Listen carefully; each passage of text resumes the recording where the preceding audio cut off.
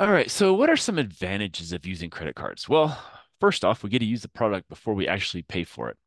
Because you go to the store, you pay for it with credit card, you get to go home and use it. So that's one good thing. There are no interest charges by paying the balance due at the end of each billing period. So as long as you pay it off every month, you don't owe anything, and you got to use the product right away. Your responsible use is an effective way to build a good credit score. And if you look in the book at page 581, there's a discussion of credit scores in there. We'll talk a little bit about it. There's no need to carry large amounts of cash, so you don't have to worry about carrying cash and getting robbed. You just have a credit card. They're more convenient to use than checks. A lot of places don't even accept checks anymore, so it's basically what we're moving towards is a credit card society. They offer consumer protection. So if there's a disputed or a fraudulent charge on your credit card statement, you let the card issuer know, and the amount is generally removed. Provide a source of temporary emergency funds in case you are out of work. You have that.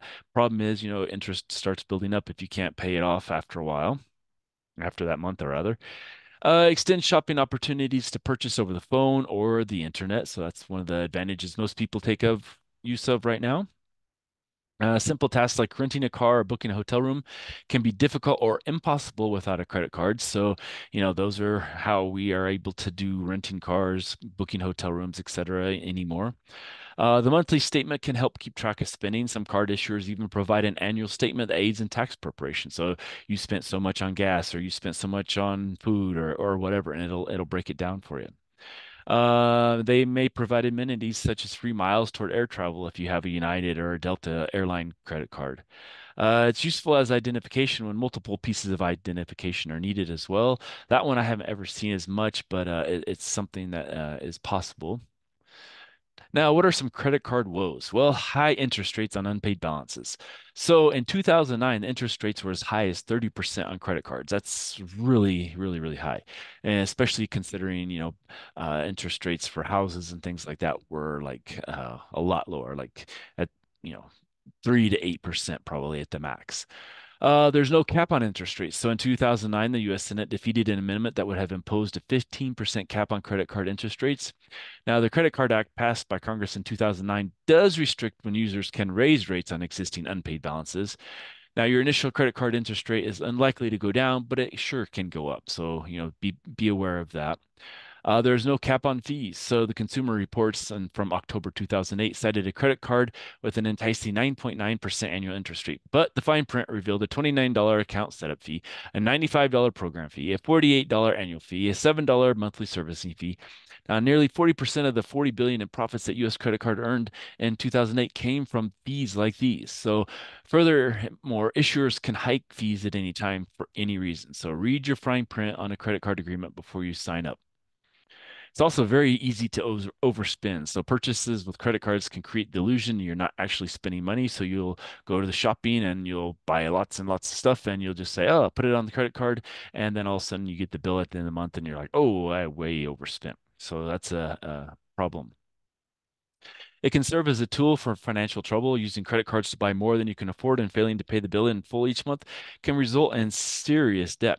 Fees and interest charges are added to the balance, which continue to grow even if there are no new purchases. So those fees and interest charges keep adding no matter if you make any new purchases or not.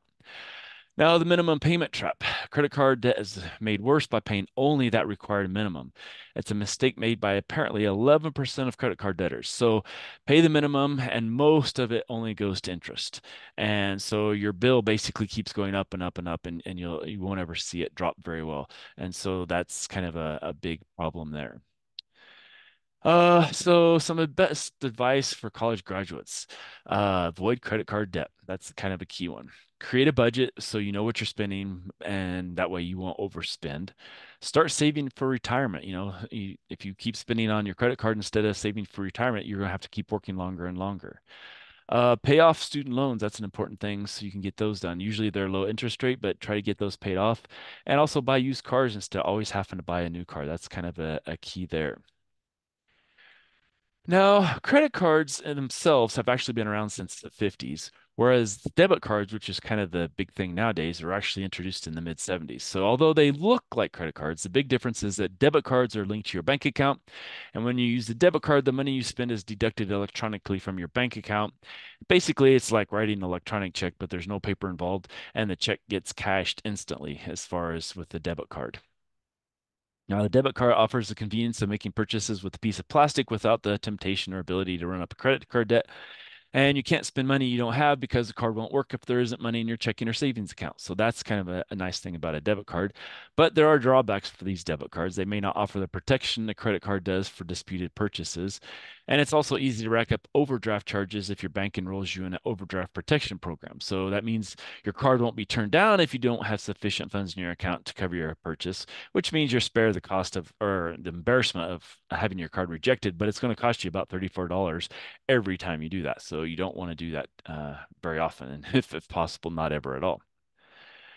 And debit card purchase should be treated like those for which you use a check. Record all transactions and their amounts in your checkbook, including any cash received from an ATM. And always keep track of how much money is available in your account. Your balance can be checked in an ATM or online. So those are key things you really want to do. That way you keep track of how much you've got in your account so you don't get those overdraft charges. All right, so let's stop there and we'll come back for more in a little bit.